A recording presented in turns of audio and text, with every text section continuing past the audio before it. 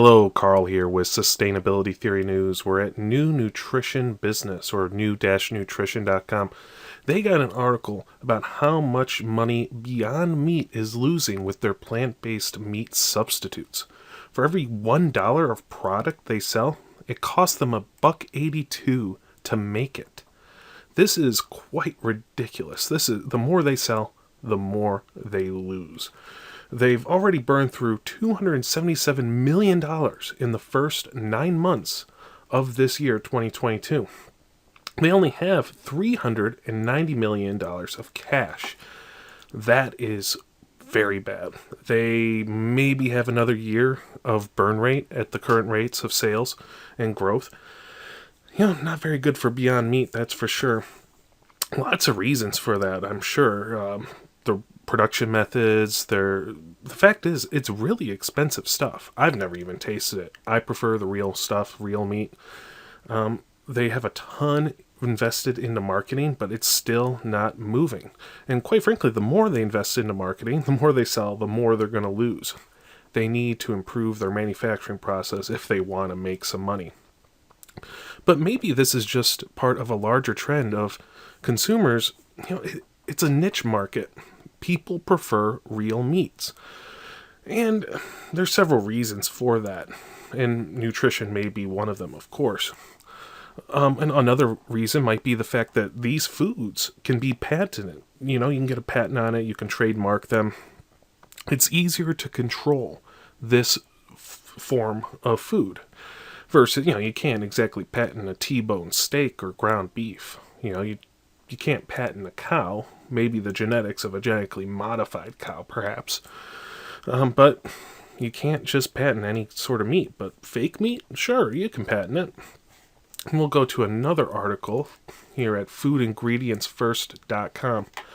And Safe Food argues that plant-based dairy alternatives are not as nutritious as milk products. Now, they did a survey of, I think it was over 200 products around England and UK, and they've discovered that dairy alternatives, they have a lot less protein than actual, dairy products. 1.1 grams of protein per 100 milliliters of alternative or fake dairy products compared to milk's 3.4 grams, over 3 times the amount of protein. And some products like yogurt and cheeses have less calcium than actual milk. And protein, calcium, protein, minerals, that's the basic building blocks of food. You got your fats, your proteins, your carbohydrates, and then you got your minerals and your enzymes and coenzymes or vitamins.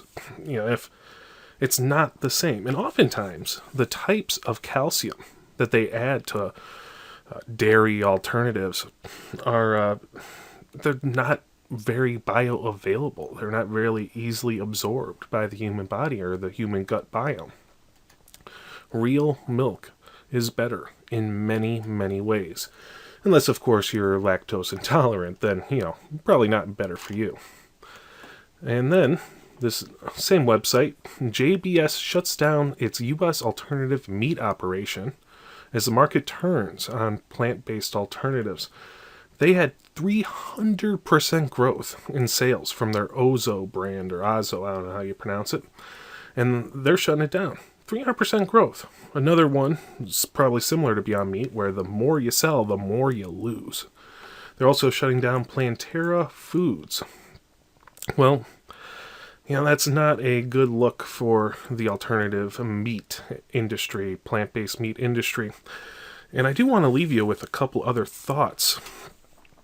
Most farmland in the world is marginal at best. It's not very good land. You can't just till it up and plant all sorts of beans and rice or other crops that you use for these meat alternatives. Most of the farmland around the world can only grow grass and thus support livestock grazing or hay production. If we want to feed the world, we can't really do it with meat alternatives, plant-based diets. We can do a lot with plant-based diets, don't get me wrong. There are crops like amaranth that have a complete protein profile.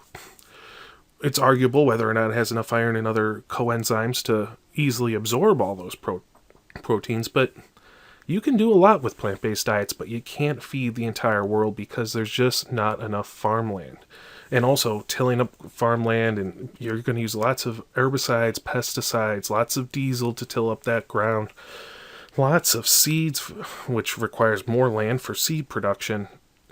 Honestly, the amount of calories of input, energy inputted versus the amount of calories coming out of the land, livestock production is the way to go. Look at Joel Salatin Polyface Farms down there in Virginia and the hundreds of thousands of other farmers around the world who are incorporating his mob grazing techniques. You can make a lot of calories with very little energy input. Well, I'm going to have links to these articles in the description below, of course. If you have any questions or comments, please leave it in the comments below. And, of course, visit my website, sustainabilitytheory.com, if you want more tips on gardening or living a more sustainable lifestyle from the grassroots level on up. I'd be happy to help you. Have a great day.